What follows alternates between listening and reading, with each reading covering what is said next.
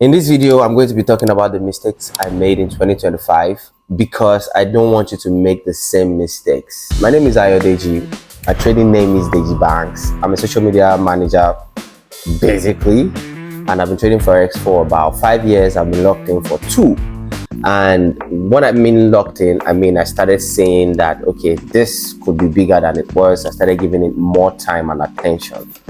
I make some social media posts on my Instagram. I ran some mentorship for free last year for beginners, and I intend to do much more because I'm in love with trading. So last year when I wanted to lock in more and give it more time, meaning get more accounts to trade with, live account, prop account, I made some mistakes and I would like to talk about them on this video, right? If you have not subscribed yet, hit the subscribe button. And thanks to the new followers that are here, I need to do the introduction so that you know who I am and you guys are witnessing my journey.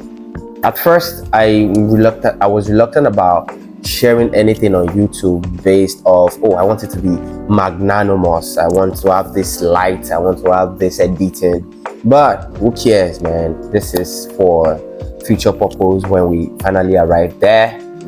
To be said that we started from here. So what mistake did I make last year with my trading or in my trading journey that I would want to share so that anybody watching this would not make the same mistakes? I'm going to be breaking them down one after the other. But before I do that, I already said that on some of my live stream because I've been going live on Facebook.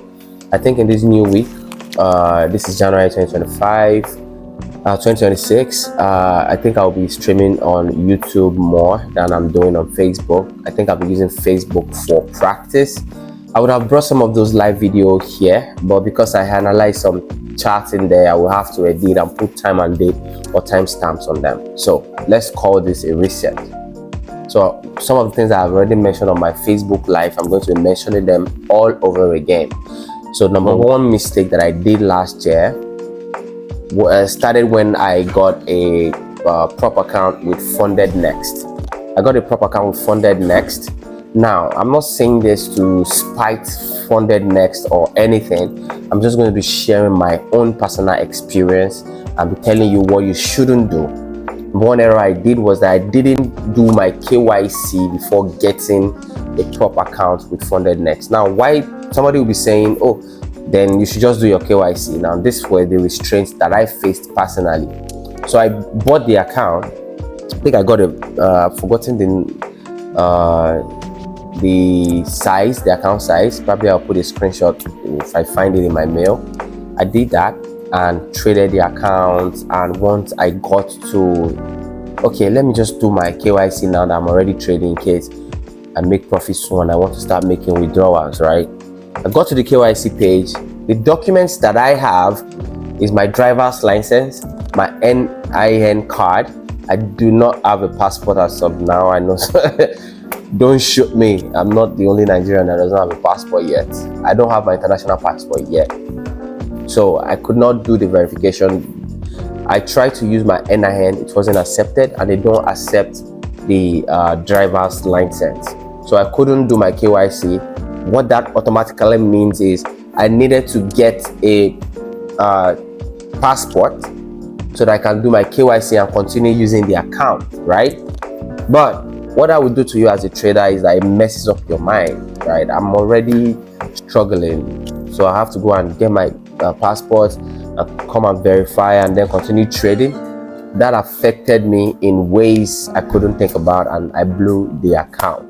I breached the account. That was the first time. And the second one was with an investor.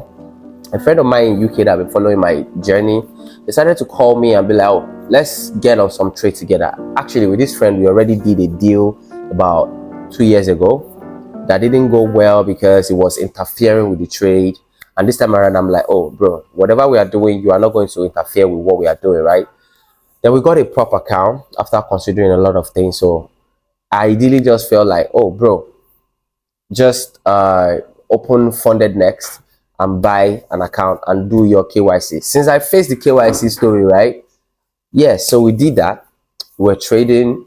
He said he was processing his KYC. Unfortunately, because he's a UK citizen with the account that he's trying to, UK residents rather, with the account that I was trying to use, he needed to renew his passport. That took another 14 days.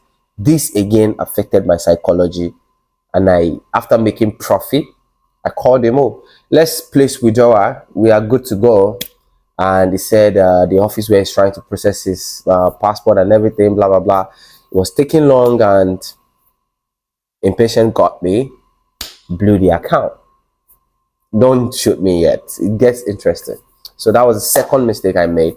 So what I would say is that if you are going to be trading with any prop firm, not even Funded Next, or you're going to be trading with any broker, the first thing you should do, now I know that those were rookie mistakes, but I did make them and I'm trying to share them with you right now. Do not start trading your prop account or your life account without having done all verification. In fact, for the prop account, don't buy the account yet. Sign up, do your KYC, make sure that you have the document to do your KYC before you start buying account or making deposits on any of this. All right, I think that will be very useful for newbies. All right, so the second mistake that I made last year, and this one is so crazy. So after the Funded Next old saga, I couldn't do blah blah blah, I wouldn't be buying account with them with my own personal setup account again, because I don't have the passport yet. I still don't have the passport now, but I should get that this year. Now, but because I want to experience Funded Next, I've been getting a lot of good reviews about them in the past. I'm like, okay, a friend of mine wanted us to do a joint investment thing and buy a prop account, right? So I'm like, oh, why not? So he signed up with Funded Next. I made sure we did the KYC. He did the KYC because he has his passport. Now we have an account, right? So on the account, I personally purchased a two-step 15K because, okay, I'll tell you on the third reason, I'm going to give you that one, but let me just continue for the purpose of this video, right? So I bought a 15K two-step account.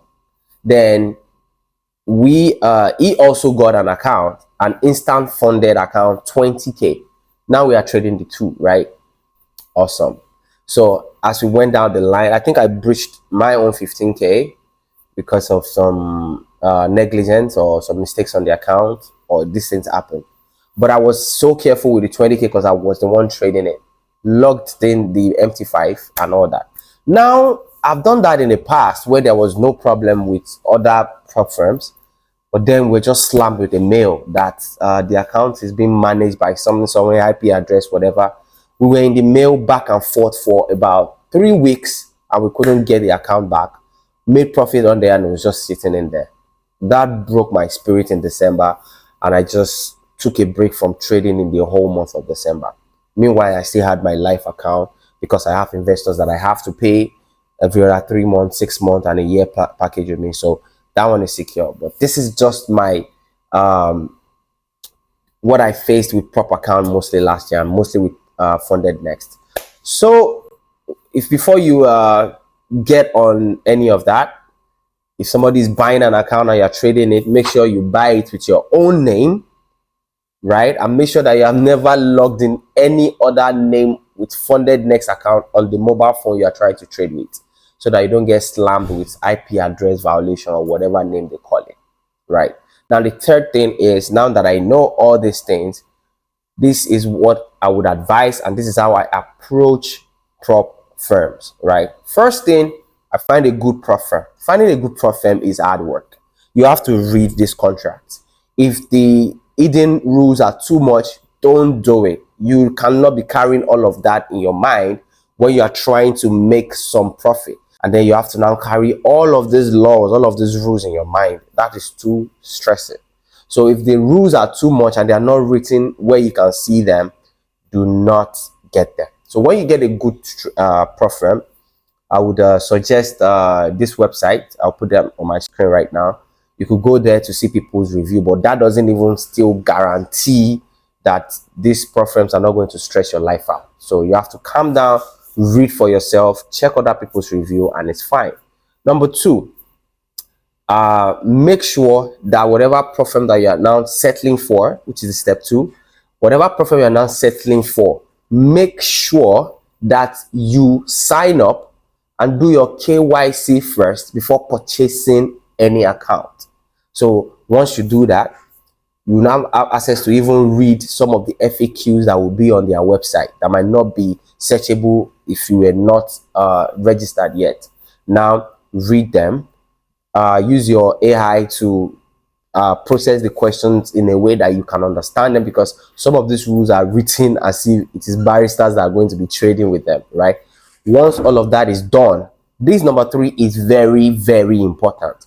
Make sure that you buy the least account. Usually I want an instant funded. I'm not ready for step 1, step 2 right now. Maybe when I have made some financial heights on this journey, I might be getting a step 2 for the ease of trying to just, get something on the side. But right now that you're trying to make money from your profits, if you have investors like myself and you're trying to pay people, you cannot be sitting around for step 1, step 2. You need an instant funded account. So let's say you're buying an instant funded account. Buy the least first. Make your profit to the minimum withdrawal and place withdrawal. You want to know whether this prop firm will pay you before you start making crazy ton of profit on their prop firm. Once all of this is checked and done, now you are ready to now be like get squared and make money with that prop firm. And there is no point jumping prop firms. Now, in the case that you now want to jump prop firms, what you want to do is the profit that you make, you should have a financial target. Maybe we'll make a video on that, how to manage your returns with prop firms, right? Because you can keep scaling until you have a bigger account or buy new one with the same prop firm. But if the prop firm is working for you, I do not advise that you start looking for a new one, because it's crazy to get a good prop firm. But in the case you have made withdrawals, maybe it is monthly or weekly that you make withdrawals there, you have made your money back, the money that you used to buy the new account. Your goal should be to buy a bigger one and make more money, and then you can now start diversifying and buy another prop firm. That is my own candid advice. This video should be useful for you. I promise to make more videos like this from my personal experiences, and so that I can document and watch this myself in years to come. My name is Deji Banks, and I'll see you on the next one. Gang.